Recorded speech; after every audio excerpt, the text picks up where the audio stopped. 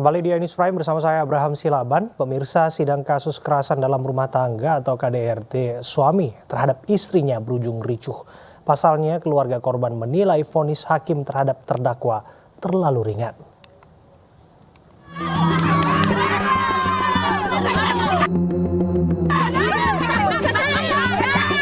Keluarga korban kekerasan dalam rumah tangga mengamuk di depan Gedung Pengadilan Negeri Kabupaten Kolaka Utara, Sulawesi Tenggara. Satu persatu mereka mencoba memanjat pagar, namun dihalau petugas yang mengamankan jalannya sidang. Mereka juga berusaha melewati pagar kawat berduri, namun gagal.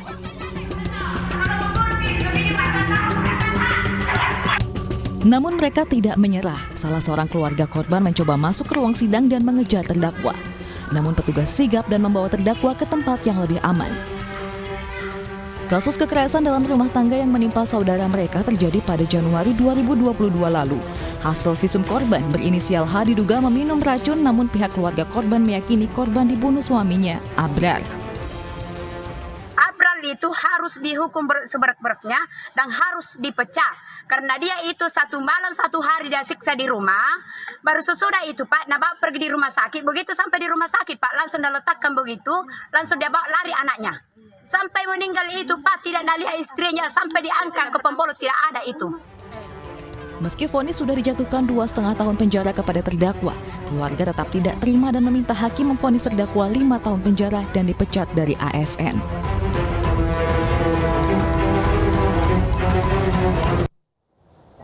Kita beralih ke informasi lainnya. Komisi Pemberantasan Korupsi menetapkan Bupati Mimika Eltinus Omaleng serta 2 orang lainnya sebagai tersangka kasus dugaan korupsi pembangunan gereja di Kabupaten Mimika, Papua. Kerugian keuangan negara sejumlah 21,6 miliar dari nilai kontrak 46 miliar.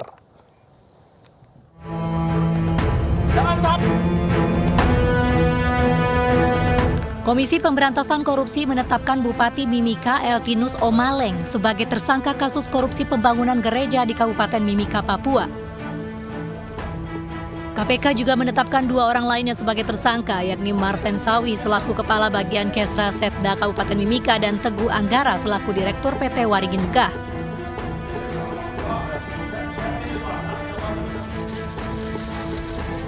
Akibat perbuatan para tersangka, negara merugi 21,6 miliar rupiah dari nilai kontrak 46 miliar rupiah. Sebenarnya pokok yang kita sampaikan adalah dugaan tindak pidana korupsi, pengadaan barang jasa berupa pembangunan gereja Kingmi Mile 32 di Kabupaten Mimika sebenarnya. Adapun untuk kepentingan penyidikan, Eltinus akan ditahan selama 20 hari di rutan KPK Pomdam Jaya Guntur, sementara untuk 2 tersangka lainnya belum dilakukan penahanan.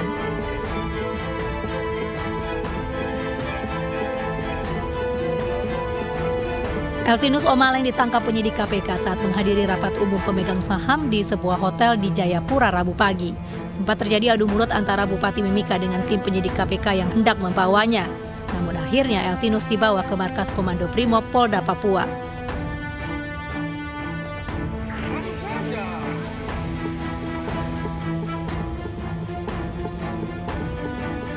Bupati Mimika Eltinus Omaleng ditangkap KPK dengan dugaan penyelewengan anggaran pembangunan gereja Kingmi di Mile 32 Mimika.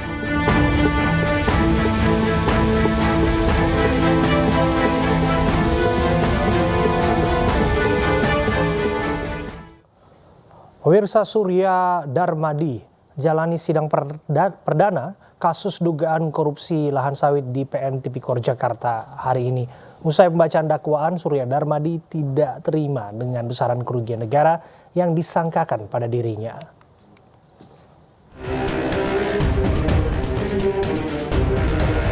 Surya Darmadi, pemilik PT Duta Palma Group, jalani sidang perdana kasus dugaan korupsi penyerobotan lahan sawit di PN Tipikor Jakarta dengan agenda pembacaan surat dakwaan. Dalam pembacaan surat dakwaan, jaksa menyebut Surya Darmadi diduga telah merugikan perekonomian negara sebesar 73,9 triliun. Menurut jaksa, meski perusahaan yang dimiliki Surya Darmadi telah mendapatkan izin usaha perkebunan, namun jaksa menyebut perusahaan Surya Darmadi tidak memiliki izin pelepasan kawasan hutan. Setelah pembacaan dakwaan, Surya Darmadi mengklaim tidak melakukan korupsi. Dirinya menegaskan telah memiliki hak guna usaha untuk beberapa perusahaannya. Hotel, properti, ya, kapal semua diblokir. Kenapa diblokir, Pak? Menghancurkan perusahaan saya. Padahal itu termasuk. Saya tolak. Kebun saya cuma 4 triliun, didenda 78, terus 104. Kemudian tadi dakwaan 73,9. Saya angkanya saya setengah gila, Pak. Menurut Bapak bisa naik tinggi kayak gitu seperti apa, Pak? Apa penyebabnya? Saya nggak ngerti, naik turun. Kan nggak benar, kan kebun itu 4 triliun, didenda 78 triliun, 104.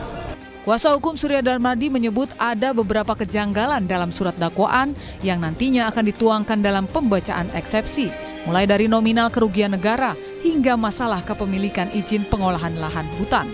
Ya, malahan dikatakan agak kontradiksi di dakwaan.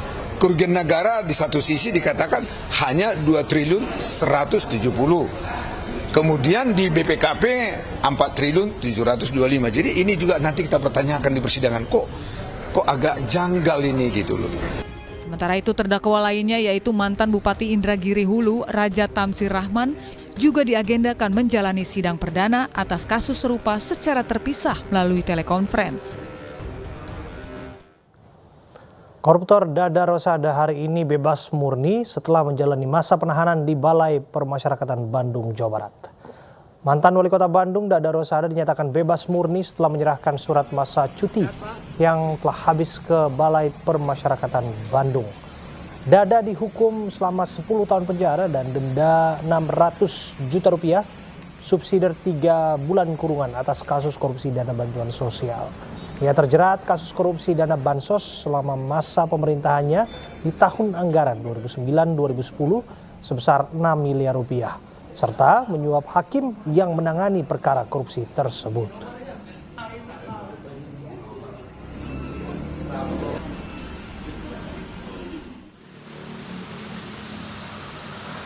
Menteri Energi dan Sumber Daya Mineral Jero Wacik hari ini juga menghirup udara bebas dari Lapas Sukamiskin, Kota Bandung, Jawa Barat. Melalui program cuti menjelang bebas, Wacik terjerat kasus korupsi dana operasional menteri untuk kepentingan pribadi. Jero Wacik dilarang bepergian ke luar negeri selama masa cuti dan wajib lapor minimal 1 kali dalam sebulan ke kantor Bapas Bandung. Jero Wacik divonis 4 tahun penjara di pengadilan tingkat pertama. Pada Oktober 2016, Mahkamah Agung memperberat hukuman Jero Wacik menjadi 8 tahun penjara.